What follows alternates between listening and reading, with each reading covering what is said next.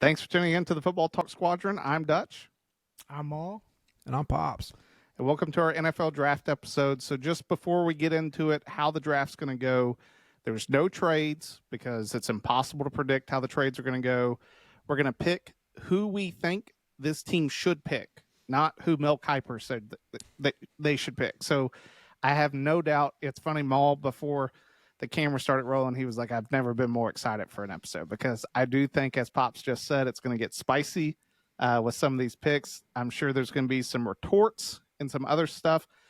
But before we get into it, instead of doing guess the player, a little bit different, and this is way open to interpretation, but I thought it would be a good way to ask, who is your guys' Boobie Miles? And what I mean by that is, who is that guy in college that you would have loved to have seen gotten more of a shot in the NFL, but their career was derailed due to injury? Now, they don't have to just not ever make it to the NFL. Maybe they had a quick time in the NFL due to injury, but I'll give it the floor open to you guys if you got that guy that you're like, man, I really think this guy could have been a superstar.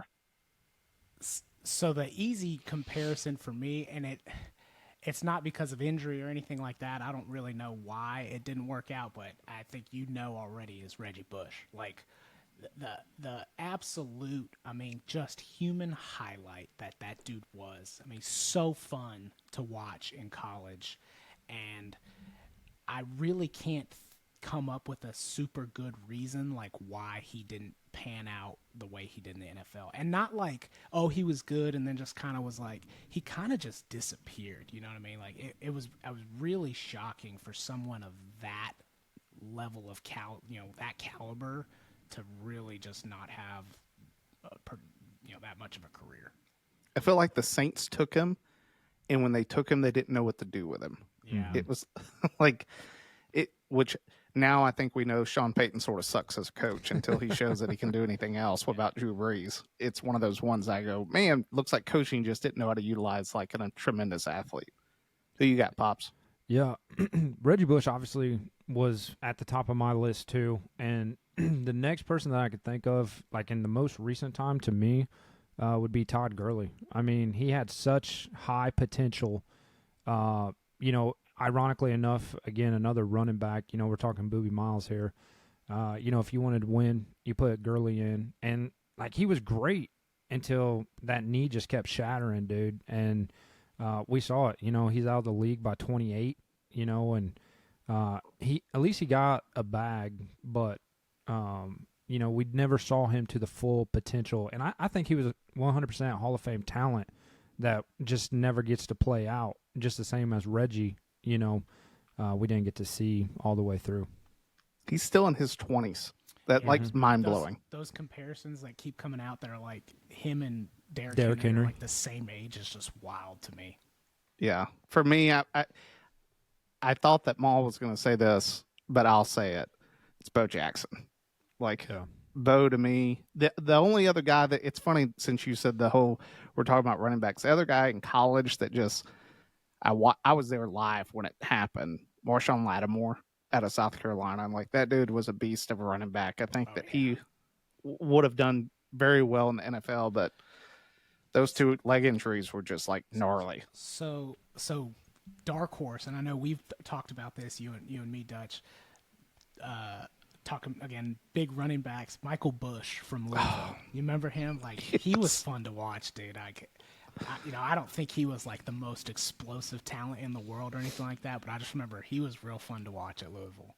I think that was like the first season that Louisville had the black helmets, and like I think it was against Miami or something. Like Michael Bush ran for like 250 yards, and everyone was like, "Yo, dog, this dude's unreal." Oh, yeah, two great ones. So as we get into the draft, as we said, we're just going to go pick by pick how it's going to go. We went through, did a randomizer, Maul got lucky. He got the first overall pick, mainly because I didn't want to hear Pops cry as he had to make a pick for the Bears at number 1. So Maul's going to start us off, then it's going to go Pops and me, and then it's just going to continue to rotate back to Maul throughout the whole draft. As we said, no trades. We're just picking who we think. We'll get probably a little defensive here. We'll probably have some attacks. I can already hear myself screaming at Pops if he picks Drake May at number 2. But with that, Maul, you're on the clock. Number 1 pick, Chicago Bears. All right, so let me just say that when the order came out and I was number 1, I told you all this. Like at first, my first reaction was just like, yes, number 1, like heck yeah, because that's always where you want to be, right? And then I legitimately took a step back from being a Caleb Williams fan and kind of was just like, all right, like legitimately, like put me in the GM seat. What do I do? And I've made this public, on this show and in our text, like what you would do is trade, right? Like you trade the pick. However, since we can't play that game, and I've talked about it multiple times of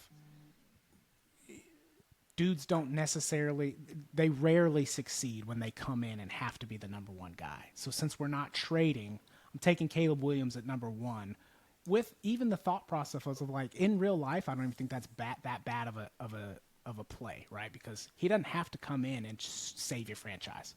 He could even sit behind Justin Fields for a year or 2, right? Like now, I know the Bears aren't going to do that, but that would give him some developmental time to learn the NFL, and then he could be that generational talent that everybody thinks they're going to be.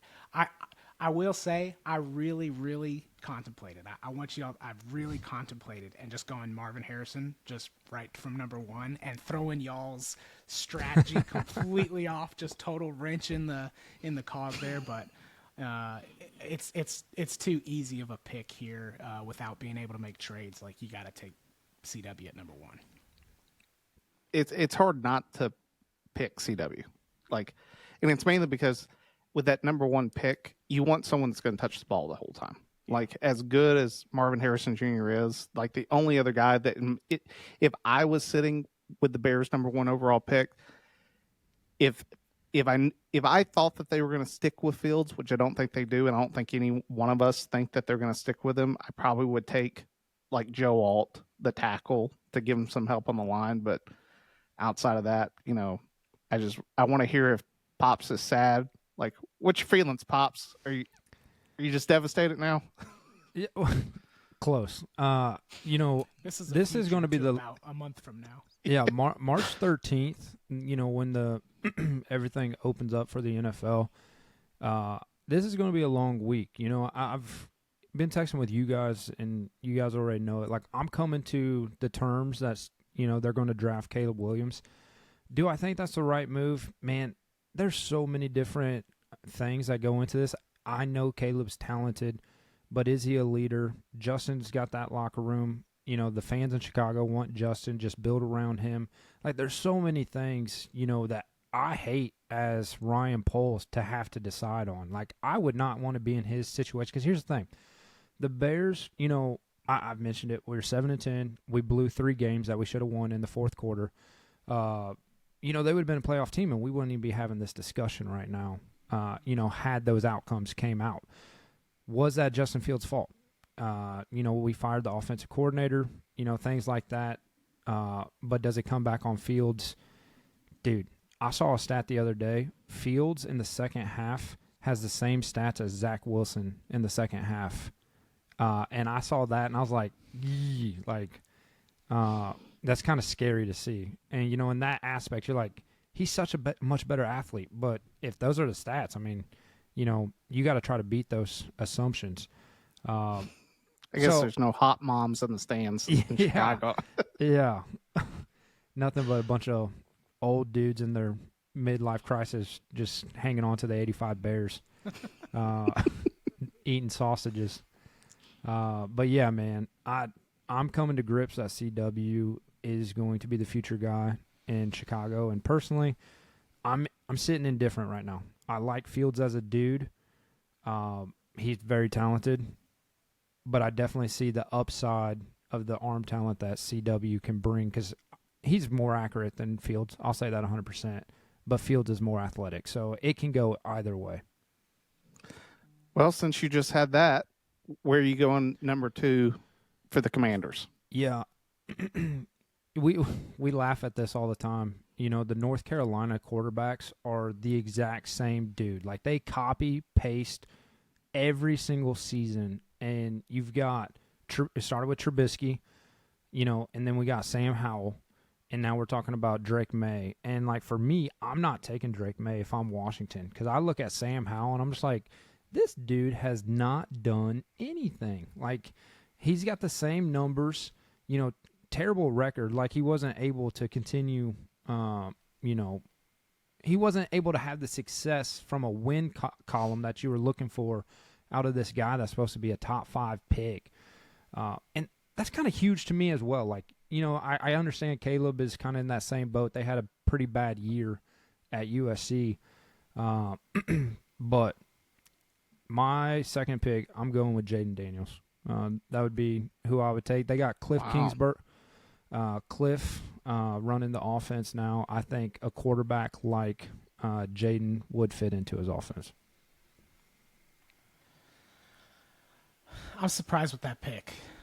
I was too. I thought you were going to go Marvin Harrison. So was I, simply just for the fact that, like, I don't disagree with you on the Sam Howell bit, but I'll be the first to say I was a monster Sam Howell doubter at the beginning of the season.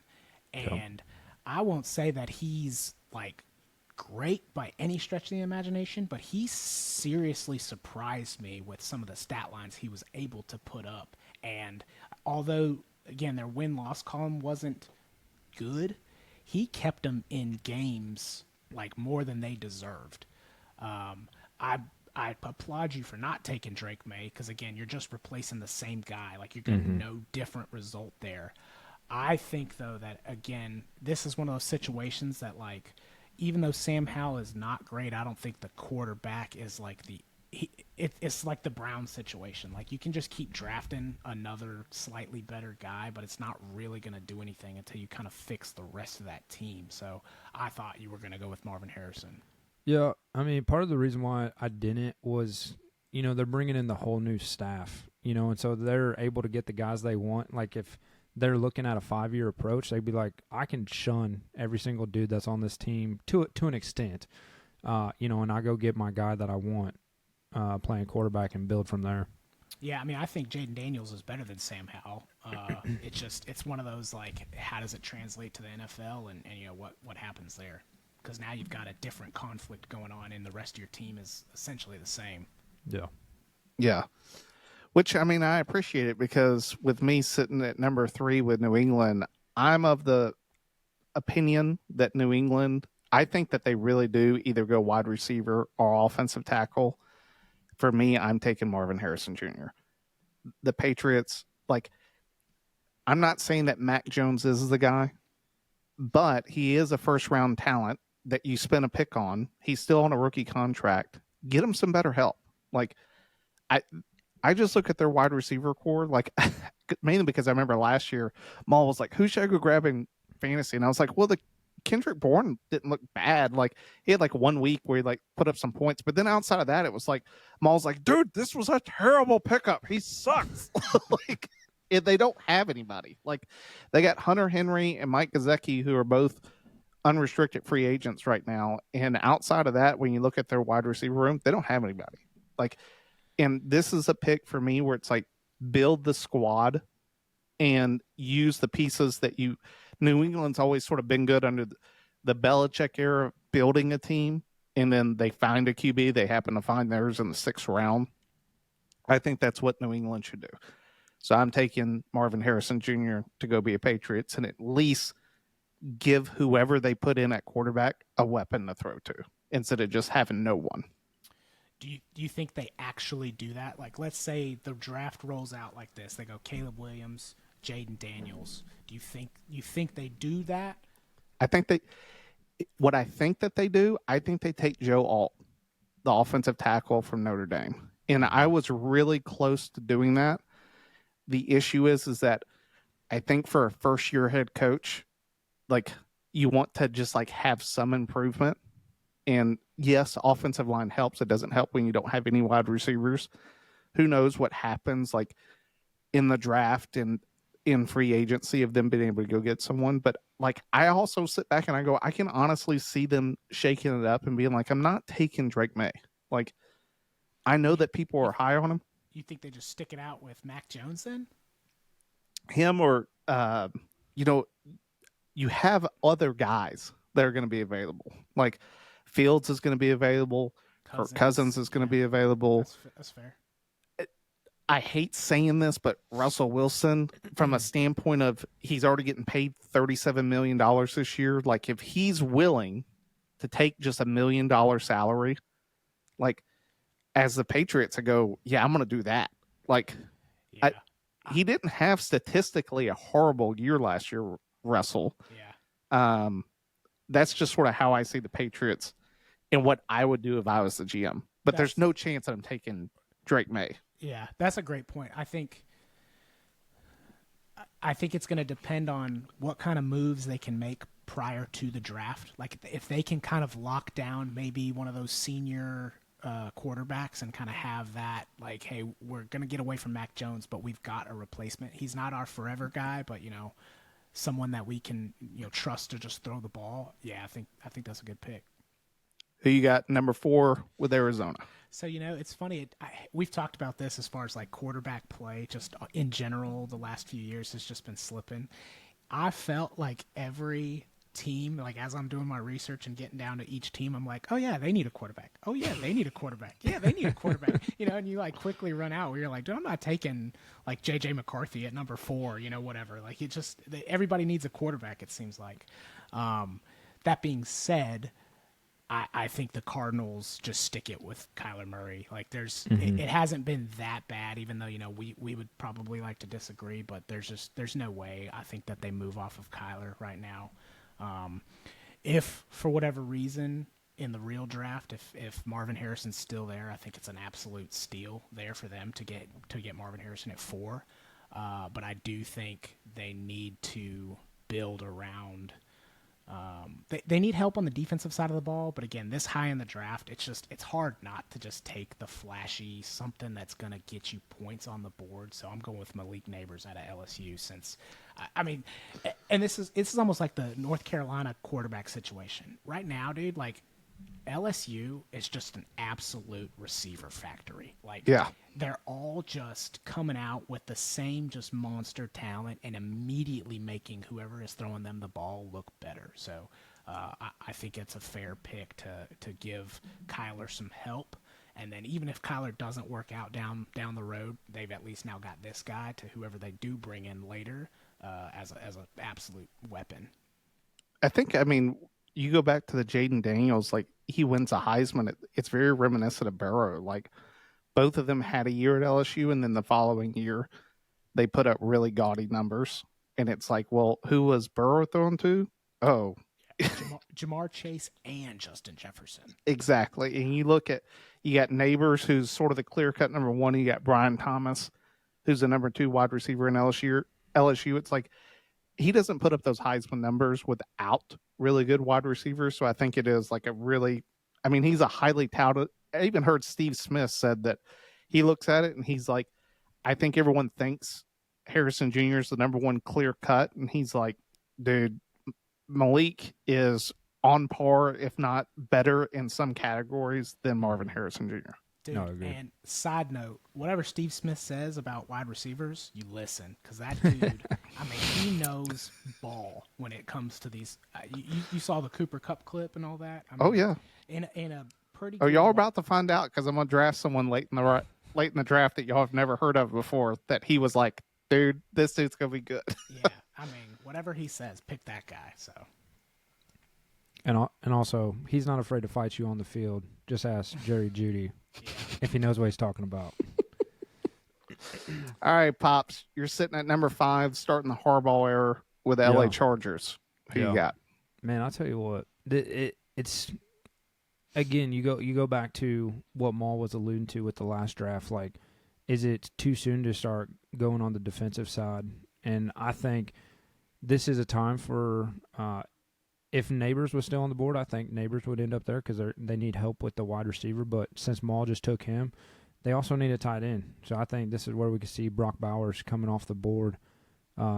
Everett is a free agent this season, and they have nobody behind him that is going to step up to the plate. So I think this is where we see Brock Bowers the earliest coming off the board and give Herbert a brand new shiny weapon fresh out of Georgia.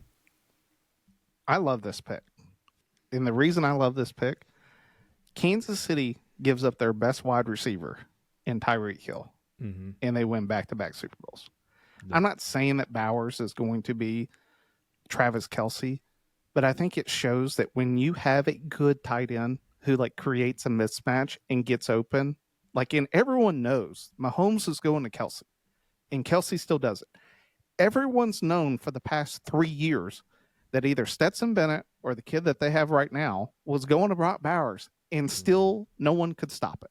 Like, I think from that standpoint, like from a tight end, I just look at it and go, I think whoever picks this guy is going to have a home run. Oh, like, yeah. He is the real deal at tight end, barring injury. I love the pick. I think it's perfect for LA. You give Herbert another weapon. That's what you want for Harbaugh. Like, the only other thing I think they could do is possibly go offensive line to just help out Herbert more, stay healthy. But if I'm a quarterback and you give me the number one tight end, I'm pretty thrilled about that. Exactly. All right, well, number 6, I got the Giants. Everyone wants them to take a quarterback, and I don't think that there's any way possible you take a quarterback because you're on the hook for $160 million. Yeah, like, can't do it. For me, the Giants have had such poor play from the offensive line that it's been really bad. And Notre Dame has constantly put out just Hall of Fame guys left and right. It's not the sexy pick, but it's the pick that I think you build a team behind. So I'm taking the offensive tackle Joe Alt from Notre Dame. I think that's the pick that the Giants should make. If they take a quarterback this draft, hear me and hear me now, they will continue to suck for the next 5 years. And it's because you can't do anything with that salary cap. It is. It's one of those, like, you dig yourself a hole for 5 years. I mean, ask the Browns or the Jets, dude. They did it like 3 or 4 years in a row, and that's why they've sucked for 20 years, because it's a compounding effect that they can't get out of. I think that's a great pick. I'm with you there. I could have seen possibly a wide receiver from because they've had problems having weapons for Daniel Jones, and Saquon out of the backfield can only do so much when the passing game struggles. But offensive tackle is a great pick there for them. Well, who you got when numbers? Oh, sorry, go ahead, Pops. Well, I was going to say, now Saquon's about to be gone because he's going to get a bag somewhere else because he's not putting up with it. Did you see the rumor this morning? No, I've seen Texans lingering. They're saying the Eagles are the front runner now. Oh, wow. God, dude, the Eagles to me are scary. Like, that's just because I just keep thinking of DeMarco Murray from the Cowboys, and then goes to the Eagles, and it's not the right offensive fit. You know what I mean? Like, that's just not the offense. I think that is the right offensive fit for Saquon, though. You think so? I don't know. I just have a bad it's like a fool me once kind of thing, but we'll see. Well, that was Chip Kelly, was it not? I think so. I don't remember, but yeah, because Shady back there, it was amazing, right? And then DeMarco Murray comes in after being the leading rusher, which Saquon isn't the leading rusher, but I think from a zone read option, I would take Saquon over any other running back outside of CMC. That's my guy. But Maul, you're up. Number 7, Tennessee Titans. Yeah, so I'm just going to let you know right now, based upon the Titans' history, whatever you do right now, the Titans should do, because they are 0 for 12 in the past 12 years. So I hope that they watch, because this should be who they should actually take. So I was kind of thinking and hoping that Joe Alt was still going to be here, because that was going to be my pick. However, I don't see that much of a fall off from I don't know how to say his last name. The Penn State dude. Yeah, the Penn State. Fishinu. Fishinu, is that how you say it? Yeah. So, and again, it's one of those, like, I get to it and I'm like, yeah, they need a quarterback, but I think they need to protect Mayo Levis there. And, he's got enough weapons. Like, he's shown, like, he had, D-Hop was able to ball out a few games. Like, losing Derrick Henry is really going to be, a hole that they need to fill, but you can't fill that this early in the draft. And obviously a good offensive tackle is never going to be like a huge disappointment there. And if this guy can show up, I'm going with him. Penn State tackle off the board. I mean, this is where I think a lot of teams should go, that when you are sitting back and you're like, I need some wide receiver help, but my O-line sucks. It's like, dude, take an offensive lineman. Like, help your team out. Help whoever. You're going to have to play someone at quarterback. It doesn't matter if you got the number one, sort of with the Bears. It's like, you got to get Caleb Williams help on the line. Like, it doesn't matter how good your wide receivers are. If they can't block for him, it's not going to happen. So. Did you see who we already picked up? No. Yeah, we got one of the guys from the Bills. So we've already got a lineman from the Bills coming over. So, I mean, polls are showing he wants to start paying guys. So we'll see what happens. Well, speaking of paying guys, who are you going to pick with the number 8 overall Atlanta? Yeah, I think going with the Falcons here, if we're going to be all honest, like the quarterbacks, I know for us, we've still got Drake May hanging around, but he's not that guy. I really think Atlanta's going to pick up a free agent quarterback, in my personal opinion, with how low they're sitting, because either they trade up, and that's not what we're doing right now. If I had to choose between Kirk or Russ, because I feel like that would kind of be the way that they're leaning. Those guys just got to hand the ball off to all the weapons that they have down there. I'd probably take Kirk just because he's still playing lights out for as old as he is. So I will turn to their next probably gap to fill, and this is where I would take Dallas Turner off the board for little edge action. Having a good defensive end that can get after the quarterback changes games. Like, you have someone that gets to the quarterback, because when you don't, that's how Mahomes wins the Super Bowl. Like, no one touches him. You got to get someone to get after guys.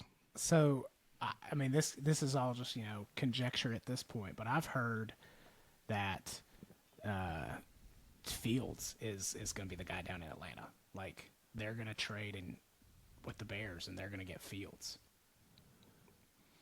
Yeah, I've heard that rumor as well. Which but again, then it fits to your narrative though. Like, they're going to go get somebody else and then fill this spot with something that they need. But I think that would be a great pickup for them as well, because they've got offensive weapons for sure.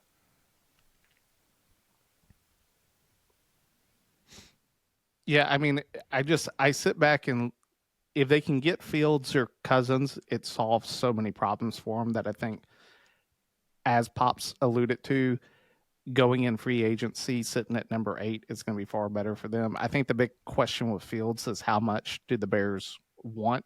And if I'm the Falcons, I sit. Like, I'm not going to give up a first-round pick for Fields or probably anything close, because I'm just going to let the Bears struggle, because the second they pick CW, Fields' stock drops immensely. Now they're trying to offload him for at least something. Yeah. So I think it's a great pick. And then we come back to the Bears, number 9. This is the one that I struggled with, because I sort of thought that we'd get to this position. For me, it comes down to 2 guys. I really like the Talise Fuga, the guard out of Washington. But the other guy that I sit back and I look at for the Bears, like, hey, if you're going to pick Caleb Williams, and that's what happened, number 1 overall, I do like how much Fields progressed with DJ. They've hurt at the number 2. I think it helps when you have 2 guys out there that can present mismatches. So I'm going Rome Adunez, the wide receiver out of Washington. I like the way he plays. He's a big physical guy, just like DJ Moore is. but I see him more as like a 50-50 ball guy that, like, hey, down in the end zone, that's the guy you're going to throw it up to try to go get those points. So that's where I'm going to go for the Bears at number 9. Dude, that's a great pick. Like if it falls out that way, if they can get, because I mean, in my opinion, he's I think Marvin Harrison is the clear number 1, but I mean, you could make an argument for any 3 of these guys as far as like just what you're looking for and how you're trying to put them in the offense. So if they can get out of the draft with Caleb Williams and one of the top 3 wide receivers, dude, I think they couldn't like script that any better. And if I don't see Pops in a CW or a Nunez jersey before the beginning of the season, then Pops is a Bears fan. Man, I'd probably take Rome first. I almost had buyer's remorse having a Fields jersey, just already being 2 years later. Getting ready to cry myself to sleep after this draft. So, we're going to see what happens, man. Well, speaking of offensive positions, let's see what offensive lineman the Jets take. I mean, number 10. Yeah, read me like a book. I will say, and this is where it could get kind of crazy. This is where I could possibly see like Drake May going for real. To the Jets? Yeah, just because I mean, like, let's be honest, Rodgers is and they're offloading Wilson. Yeah, he's getting older, right? Like if not having a backup was a year, it was 2023 for the Jets, right? Like, you think you're set with Rodgers, and in all honesty, if he stays healthy, they are. However, if that doesn't happen, they need somebody, right? Because it's proven already that they can't win without somebody who can throw the ball. Now, I'm not picking him. I'm just throwing that out there because this is where it's like great defenses typically only last for like a couple years, and they've kind of already been there. And this is where I think the Jets just need to go all in on, like, we got to use what we have right now. So because of that, yes, they need a tackle or a guard, however they want to put him. But I'm taking the guy out of Oregon State, Talise Fauga. Gone. But I mean, you see what I mean, though. Like, if anything, you give, even if Rodgers stays healthy, now you take Drake May, somebody who we've all said is slightly below average. He can develop under Rodgers, and we've proven time and time again that you don't have to be that guy coming out of college. If you can develop behind anybody, you can turn into a pretty good quarterback like Jordan Love. You know what I mean? So, like, this would be, I think, a great spot for Drake May if he did end up there, because now he gets to learn under Rodgers. Yeah, the only thing I sit back is that Rodgers being at the ages that he's at, if you don't take an offensive lineman and they can't figure that position out, then Drake May is going to start a lot sooner than people expect because Rodgers is going to get hurt. Yeah, I mean, true. Number 11, Pops, Minnesota. Yeah. I think we all know that Kirk Cousins is probably going to be out of the building, because they're going to look to bring in Jay Jetta. But, man, I tell you what, I don't see them getting a quarterback here. I don't. Just because, again, the discussion's already been had. I find it laughable. Everybody's like, oh, McCarthy's going to the Vikings. J.J. McCarthy's going to go to the Vikings. And he might have had a spectacular combine, like everybody's praising him, but I still don't see him as an NFL quarterback that's ready to go. And whoever steps into the shoes for Minnesota is going to be the catalyst. They're going to get a plug-and-play situation just because that's where they're at. They don't have a backup. They showed that this year, as soon as Kirk Cousins went down with the Achilles. So, personally, I think they're going to fix a little bit on the defense. Daniil Hunter is looking for a contract with somebody else. So I think they go with the edge rusher here. For that, I'm going to take Jared Verse out of Florida State. That's who I wanted for the Broncos. Dude, I like Verse. Like, you watch his film, Florida State. Like, Turner has a lot of speed. Turner reminds me of like a Javon Curse, like quick around the edge, like a Clay Matthews, like, but he's not that like power guy. Jared Verse is like, dude, I'm going to run right through this offensive tackle. I'm surprised you took Dallas Turner at 8 because I like your defensive edge pick there, but I would have taken Verse at 8. I got Verse as my number 1 guy off the edge. Same. Like I would have, if that's the spot you're going for the Falcons, I would have taken Verse. But I mean, yeah, if the Vikings can score Verse all the way down here, it's a steal for sure. Mm-hmm. All right, Dutch, you're up. Number 12, I know you just Broncos. ruined my pick. now I'm stuck because the Broncos are definitely in the position where this is where I think in the draft, if JJ is going to come off the board, this is where it will be, no later than, because I do think that like the top 3 guys will be gone by the time we get to the Broncos at number 12 in terms of May, Daniels, and CW. Like all those guys are off. I can see them pulling the trigger on this. I'm in the same boat as Pops, and I'm sure the same as you, Maul. Like, I don't view JJ as being a first-round talent. Like, he gets a lot of hype because Michigan went undefeated, won a national championship. But in terms of when you sit back and watch him, did he hit guys? Yeah. Like, he didn't do anything spectacular. He did enough to win games and not lose games. But at the same time, like, the NFL is just such a big jump that I can't sit back and be like, oh, man, you have to do that. I look at the Broncos, and that was my big thing for them, is you give away Bradley Chubb. You haven't had a defensive edge guy. The guy that makes the most sense for me coming off next, and this is what happens with Pac-12 football, is I didn't get to watch enough to like be for sure on this guy, but the UCLA Latu, the edge guy, that's who I'm going to take for the Broncos. I think that shore up the defense. You've got your corner in Patrick Surtain. You have pieces on the defense, but allow, them to not have to cover for 10 seconds and only have to do it for 3 by getting some edge rushing. That's where I think the Broncos should go. And number 12. Man, so even though you think this is where JJ goes, and here you are presented with Drake May still on the board, you don't take Drake May there? I don't like Drake May. I mean,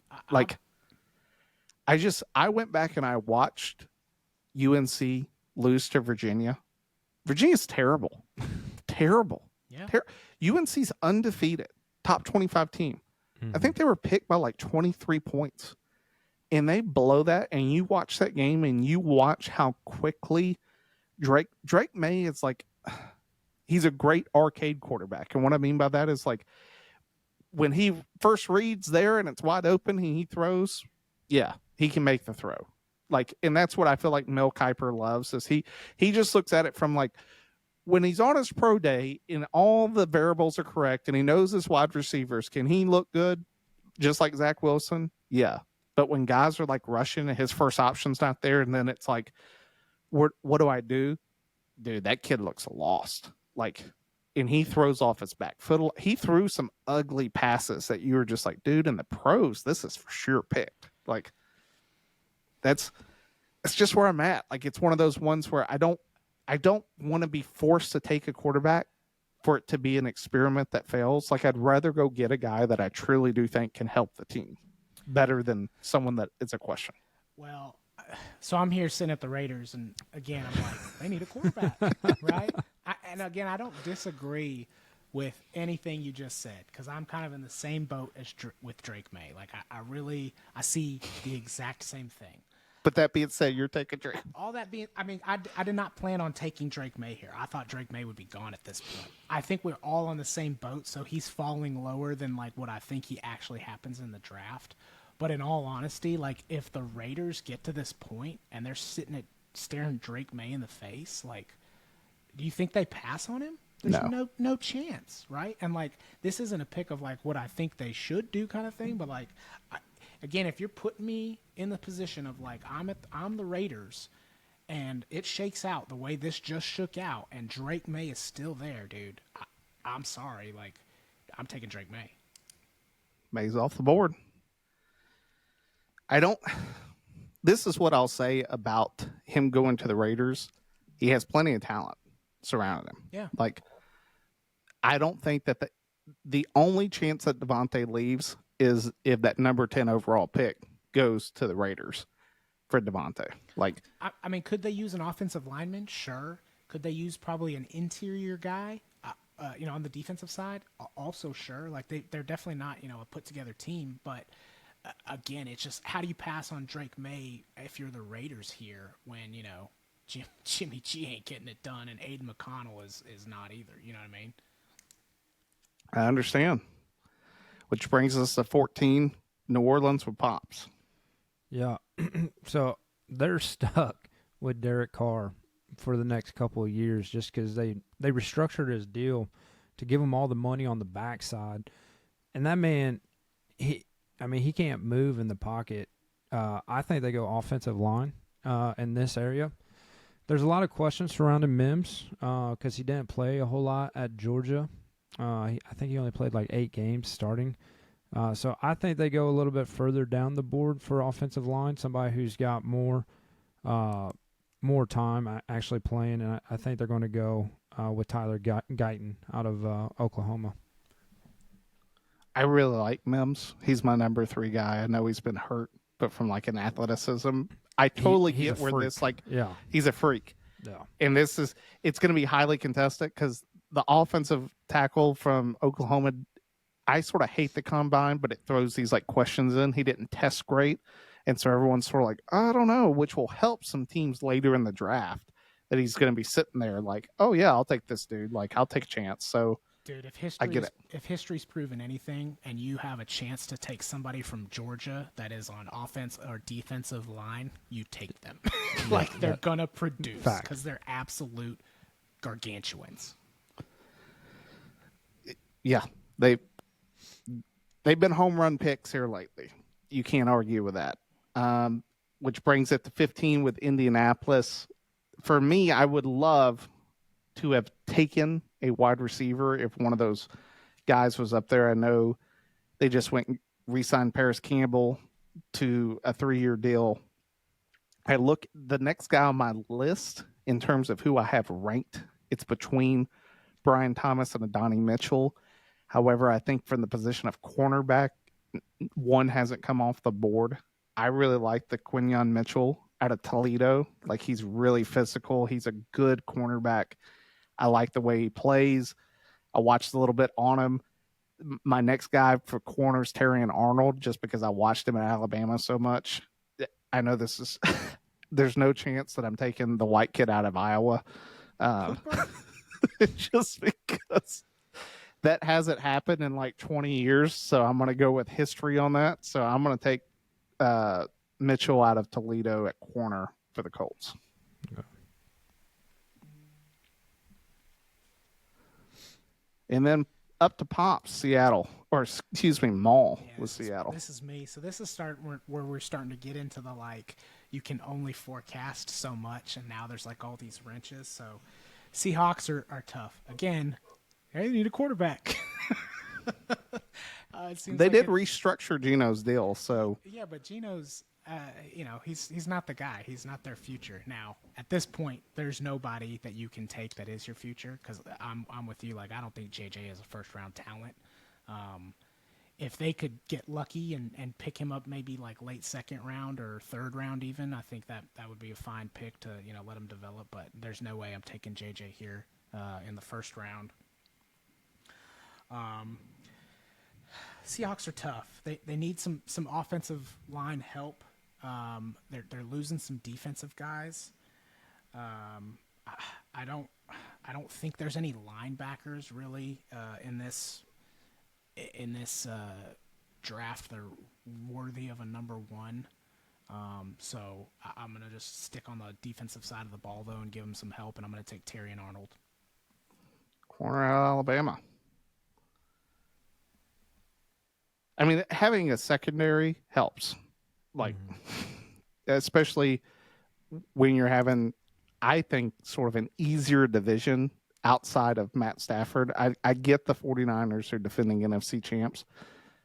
The 49ers are probably going to lose Ayuk. Kittle hasn't looked as strong. They have Debo. Debo, I would argue, has sort of gone downhill the last few years. I know me and Maul before Maul decided on his dynasty players or his keepers for fantasy this year, we had the discussion of Debo. And it's sort of crazy when you look at it from a statistical side in fantasy. He doesn't have a high production like JJ and some of these other guys. We get distracted by the name more than we do anything else. So having a defensive side in Seattle, which they've always sort of been known for, it makes sense. Yeah, they're losing Jamal Adams, I think, and not that he was like really producing, but again, it's just one of those like they're kind of set offensive weapon wise. Like Geno's not great, but he's good enough. He showed that he can play. Kenneth Walker's still young, so he's great.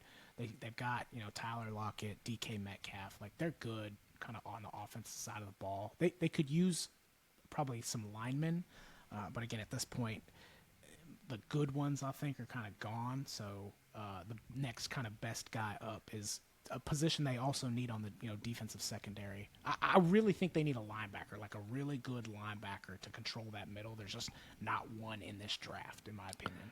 I think there is one. I put a lot behind this guy just because he was the last of who Dick Butkus actually picked as a Butkus Award winner, and he ran a 4.3 in the combine. Peyton Wilson out of NC State, plays well. I agree with you. Outside of him, like a lot of people have Trotter Jr. I know he's got some NFL legacy, but I watched enough Clemson games to know now he's not a first round. And some guys have that Edgerrin Cooper out of Texas A&M. I'm in the same boat. The only reason I like Peyton Wilson is because he played on an absolute terrible team. And it was sort of like Butkus-esque, like with the Bears. Like he was the only guy making plays, and he consistently made them, even though everyone in that offensive film room was like, if we're going to block one guy, we got to get Wilson blocked. So I like him, but Arnold comes off the board. I think it's a great pick for them. Pops, where are you going with Jacksonville? Yeah, Jacksonville, they need some work in the trenches. It'd be easy for me to say go ahead and give them Mims, but I'm going to go defensive side of the ball to try to help out. They just tagged Josh Allen, so he's coming back. Try to get him some more money if they work a deal with him. The question is, I'm really stuck right now. These guys both are, top interior linemen, but I'm stuck between my home state and the family that I married into of Texas, between Newton or Murphy. But I think when it boils down to it, I think Murphy would probably come off the board first, just based on the style of play, and you could argue competition type, for who Texas played. I'll take Murphy for Jacksonville Jaguars. I think it's a great pick because that dude, everyone knew who he was, and they still couldn't block him. And he caught touchdowns. He's a big dude. Yeah. Defensive tackle always helps. Well, thank you for leaving me Mims, because that's exactly where I'm going. Cincinnati. I think that Cincy, huge. You look at how much Burrow's been beat up, they've got to get help. I think that, yes, he's had some injury issues, but you take outside of the injury issues, I think he's a top 5 pick in the draft. He's falling because of being hurt. Give me Mims. I think you got to protect Burrow. So that's where I'm going, Cincinnati at 18. And then we come back to Maul for the LA Rams, little hometown team. Yeah, so this one, again, I didn't necessarily think it was going to fall this way, but they're set offensive side of the ball. Stafford's great. Cooper Kupp, Puka Nacua. They got great wide receivers. Their running back, Kyron Williams, he was putting up literally CMC type numbers. He got hurt there in the middle, so he missed a bunch of games. But if you look at games played and match those up with CMC, CMC type numbers. So they're set offensive side of the ball. So they just got to work on defensive side of the ball. I'm not 100% up on the news, but it sounds like Jalen Ramsey is leaving. He's gone, or he's going to be gone, or he thinks he's going to be gone at least, and they need a replacement there. So I think the 2 top corners right now that are still on the board are Kool-Aid and Nate Wiggins. So just for the name, I'm going to take Kool-Aid. He'll do well in LA with the money out there to be made. I agree, though. I mean, it defensive back, because we're going to get into it probably hot and heavy through the rest of the draft. My next pick. It's the number one pick position every year in the first round. And it's just because I already know, like, there may be one guy out of all these that is going to make it longer than 5 years. It's just a tough position to find. Like, it's the most difficult position on the NFL field. Yeah, it's hard to play. So, you get these guys that are just immensely talented and they're failing in the NFL because it's such a difficult position to play. So when you see these guys that have that kind of talent and you need a replacement, I mean, you kind of just you got to take the shot. Yeah, so with that, who are you taking at corner, Pops? Yeah, for me, I think, he took Kool-Aid off the board. I think, the Steelers are going to need help with their secondary as well. I think, this far in the draft, I think Wiggins still yet to come off the board. Wiggins would be coming off the board for the Pittsburgh Steelers. Wiggins coming off for Pittsburgh. Pair him aside Porter Jr. I think it's a good pick. It helps their secondary. They were getting toasted last year. Mm-hmm. Which comes around to me in Miami. For me, I know this is probably going to be a little bit of a surprise pick, but I think he's the number one center, and Miami needs help on the interior offensive line for them. There's a lot of positions they could fill, but you got to keep Tua up and healthy because we have found out when he's not, the Dolphins are trash. So give me the number one center out of Oregon, Jackson Powers-Johnson. That's where I'm going with Miami. That's a great one. That's one of those that, like, a lot of the different mock drafts that you look at and see, like, a lot of those have him going there just because it makes so much sense. Speaking of sense, where are you going? Philadelphia. Number 22. Say that again.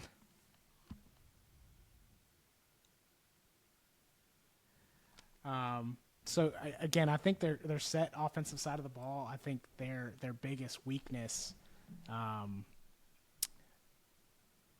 this year was the defensive secondary. I mean, that alone almost lost them some games. So I know you kind of joked at it earlier, but I mean, until the man proves he can't, I'm going to let him ball, and I'm taking Cooper DeJean out of Iowa. Cooper DeJean. So we do get the first white corner. And I feel like our entire lifetime coming off the board, going to Philly. But as we saw last year, Philly was an absolute mess when it came to their secondary. So they'll look to fix that up. So good pick by Maul there. And then Pops, over to you with the new and improved Texans. Yeah, for sure. I think they need a little more extra help on defense. I mean, we see their offense is every bit of what we were hoping it to be, and I think they've got the pieces there. I think you give D'Amico a couple more weapons on the defense, and I mean, they're going to be cooking with gasoline. I guess for me, who I would take in this scenario would probably, if Newton in the middle was still on the board, I'd take Newton to the Houston Texans. Newton, defensive tackle. I don't know if you said Illinois. I think it's a good pick. It helps them out. They need, D'Amico Ryans is going to get a defensive guy. Mm-hmm. They're going to build up that defense and help them get better. 24, Dallas. I hated the fact that when I did this, I got stuck with drafting for the Cowboys. I skipped the pick. This, for me, is where I think Dallas should go. I know that they have some questions on the offensive line. I look and I go, how do you make CeeDee Lamb better? Mm-hmm. You get another guy. I think they stick home state if he's there. I know this is early, but I like Adonai Mitchell out of Texas. I think he's a big physical wide receiver. It gives them a great option at 2 to pair with CD. Like, I like that pick for the Cowboys. As much as I don't like the Cowboys, I think this makes them better. Like, it helps Dak in that offense be even more than they were last year. they have the tight end position with Ferguson figured out. They'll go later in the draft or maybe this offseason by going out and get Henry at running back. The Cowboys just give Dak more weapons. That's what I see them doing. So I'm going to take Adonai Mitchell off the board, which then brings us back around to Tampa Bay Green Bay with Maul, which I guess this will be the time of, do we give Jordan Love help or do we continue to give them pure nothing for the next 10 years of Jordan Love's career? Yeah, so I'm going to go ahead and drop off camera here, see if I can help the recording a little bit. But again, this one was tricky since I think they're set at running back. Jordan Love has obviously proven that they're doing good things with him. They could use a wide receiver, but again, at this point, I don't see a ton more that are first round worthy. But they do need a little bit of help in the defensive secondary. So again, going off of a kind of a theme here with corners, I'm taking Ennis Rexstraw Jr. That's a good pick. He's my next corner up. I think that, like you said, it's one of those ones. Green Bay needs some help, especially when you look at the division. The Lions throw the football, the Vikings with JJ, and the kid out of USC last year. I'm blanking on his name. Jordan Addison. You have threats, and then Bears with DJ Moore. I think it's a good pick, taking him off. And then we come up to Pops with Tampa Bay. Yeah. They just got Mike back, which, that was going to be the biggest question of, who's going to fill his shoes. I can see this going either way. Do they get another guy to play wide receiver? But they've also got a lot of questions looming around the linebacker position. So I think they might lean more towards the defensive side of the ball, and I think this would be a time that Chop Robinson comes off from Penn State. I'm not sure if you guys heard this story, but do you guys know how he got that name, Pork Chop? No. So, dude was 14 pounds at birth, and his mom just named him Pork Chop from the beginning, just because he came out so big. Oh my goodness!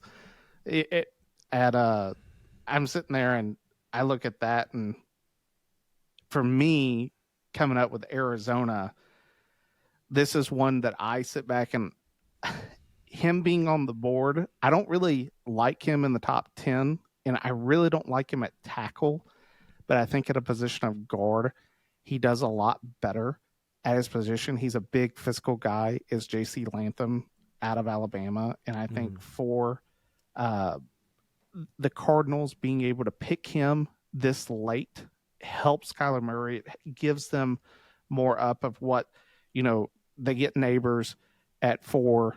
You sit back and you go, give Kyler more help, get him offensive line. So that's what I would do. So I'm taking JC off the board. All right. So Maul, a little bit of technical difficulty. So he's sending in his pick now via text for the Buffalo Bills. And I actually really like this pick. This is an interesting one. He's going Devontae Walker. That's the wide receiver from UNC who had the transfer issues earlier in the season due to the NCAA eligibility. He comes in, looks great.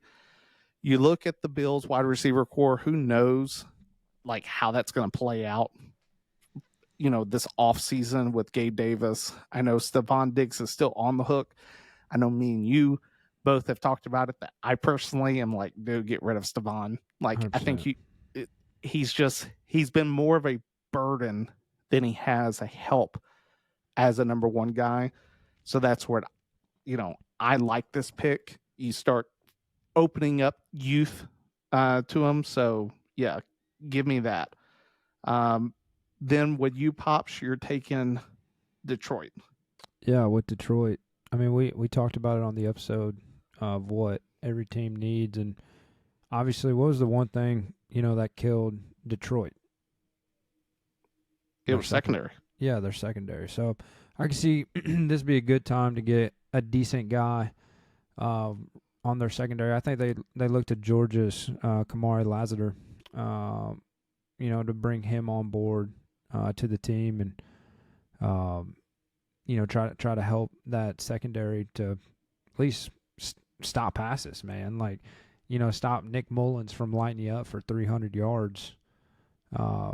So that's where I sit. I can't argue. Like, for sure, the Lions need secondary help. I think they got, like, this is also a position I could see Peyton Wilson going if they hadn't drafted Campbell last year. Yeah, or if Campbell didn't play the way he did. Yeah. Like, that for me is it's a good pick. They need help in the secondary. I think that you're going to see Detroit probably make some moves in the offseason, once free agency opens up, to go get some guys. So that makes sense to me in what they're going to do, which leaves Baltimore coming to me. I don't think he falls this far, but if he does, then I'm taking Brian Thomas from LSU, the wide receiver. I can't emphasize enough that when watching that game, yes, Zay Flowers is the real deal for Baltimore. Odell has been the same guy that we've talked about ever since he left the Giants. Like, every year you're like, dude, Odell's still that guy. Odell hasn't been that guy since he's left. Like, he had one really good end of the season with the Rams that then people thought he was back. But he tore his ACL. Snapped his ACL. Oh. Like, I just sit back and look at that and I go, dude, it's over. Like, in terms of him being this production guy, go get someone for Lamar. It's clear that you hurt there when you need it. Guys to catch the football. Mm-hmm. That's what you got to have. You got to have guys that get open. Thomas has shown he can, because he put up Heisman numbers for Jaden Daniels all year. So that's where I'm going to go with Baltimore. And then Maul is picking for the Niners, and his pick is going to be Michigan's defensive lineman Chris Jenkins, which I sit back and I like that pick for San Francisco, just because this is the last two picks of the draft for me are like super interesting. And it's because it's the Super Bowl champs, like, and the guys that were just right there, like, they don't have a lot of holes. So it really leaves it when teams continually reach each and every year to go get quarterbacks, to go get guys that they're like, oh, we really need this guy. Especially, like, we haven't touched JJ. Like, of all the guys we drafted, JJ is probably going somewhere in this. Yeah, for sure. That just means that someone else falls down to them that they can go get. So for them to be able to go get Chris Jenkins, I sit back and I go, for the Niners, you can't ask for anything else. And then that rounds it out with you, Pops, for Kansas City. Yeah, I think, they just put the tag on Snead. I think they're going to make, a push for Chris Jones. But, man, it's going to be a thing where, you're telling him, like, hey, man, like, you got to take the Kelsey method. Like, you got to be willing, or the Brady method, to restructure a deal to take less money. Because, I mean, he could go get a bag somewhere. I've heard rumors of Jacksonville, being able to pay him big money. So he might be gone, which would leave some question marks, in the middle there. But they just got rid of MVS. We saw they had the Tyreek Hill. They had the MVS. I think they replaced it with another speed guy. And for me to close out, I see them taking Xavier Worthy.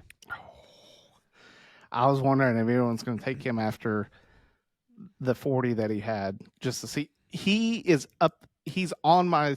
I have my own little list for those that are watching YouTube. It's funny because I'll ask you some other guys that I was sitting back since we've wrapped up the first round, and now that Maul isn't here, I can just pick your brain on some of these. For me, these are the two other guys that I had at wide receiver still available that I do think that the first guy is for sure in my mind a first round pick. The second guy, I could be convinced. I think he is really talented. The first guy is Ladd McConkey. Like, I think that having the slot receiver is so undervalued, but when you have it, it's like having a tight end. Like, when he just creates mismatches, and he ran in a 4.3. Like, he's fast and he catches the ball so well. so well for Georgia. He did it time and time again. He was a huge matchup problem.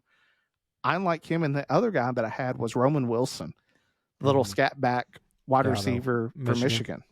Yeah. Like, I sit back and look at him. He's really good. We still have Peyton Wilson, the linebacker, on board from NC State. And then this guy also, I'm not sure if you saw him, had a tremendous combine. He has a motor. He reminds me a little bit of Aaron Donald. He's a little undersized, just like Aaron Donald. But I think that he has the ability. Oh, look who's back. Look at this Hey, guy. sorry about that. Went through a solar wave or something. Hey, you're still broken, dog. Maybe that'll help if I turn off the camera.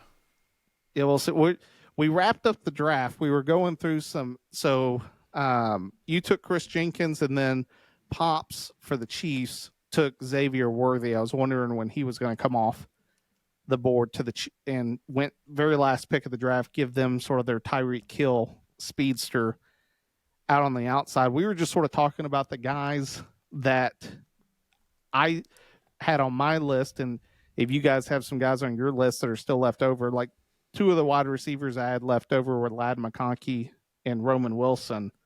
And then, Peyton Wilson out of NC State.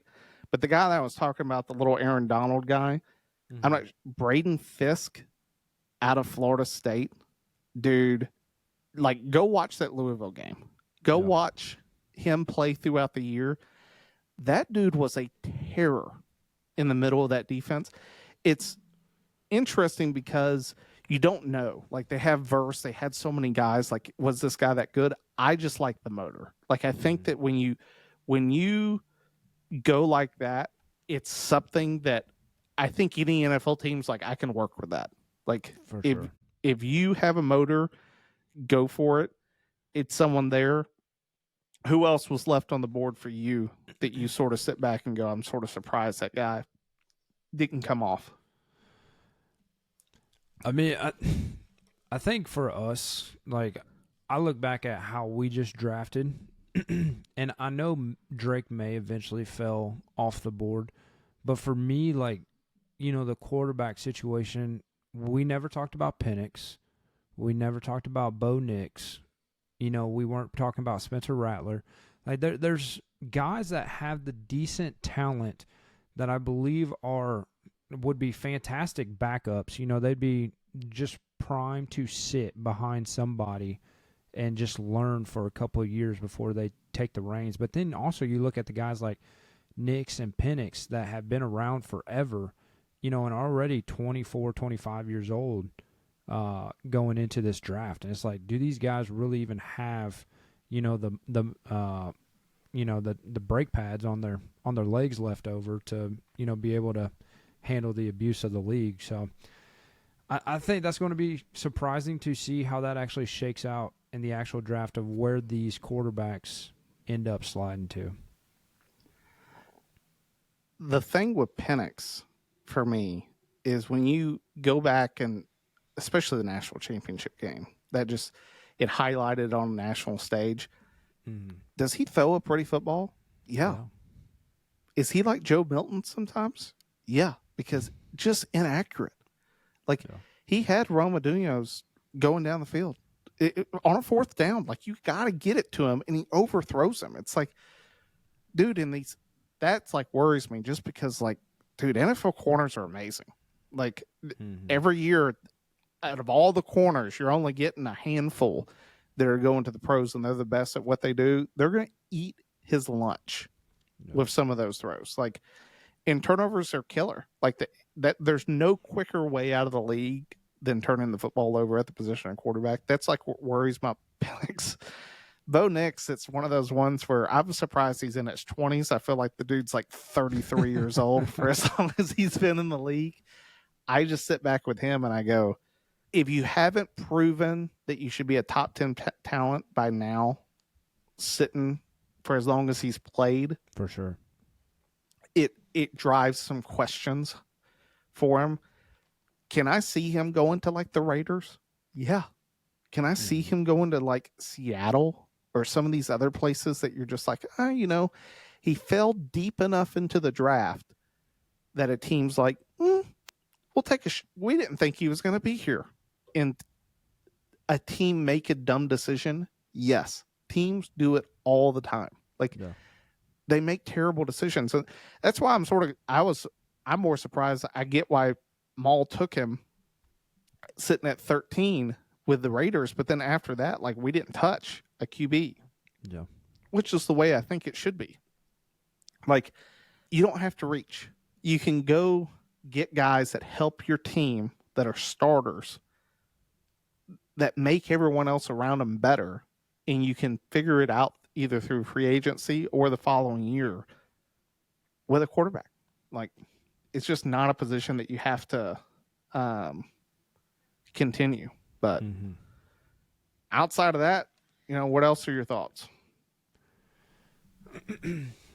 I mean, it's so this is tough to do. I mean, and I liked it that we're like, hey, no trades, because things are going to get weird, quick, fast, and in a hurry. From next what's the 13th? Is that next Wednesday? Yeah, from next Wednesday all the way to the draft. And I'm waiting for the newest Aaron Rodgers drama to pop up to see what he's got to say to make himself relevant. He got kicked off McAfee 2 years ago. He was talking about how unhappy he was with the Packers. So he's always got something that comes out right around the draft time. So be interesting to see what he's got to say. But that's really all that I got to say, man. Cool beans. Well, thanks for tuning in for our first NFL draft. We'll see how many of these picks that we made actually come to fruition and sort of turn out to be the right pick, rather than taking Bo Nix in the first round of JJ McCarthy, is I think what's really going to happen. So thank you guys for tuning in. Time to pull chalks. We'll see you next time.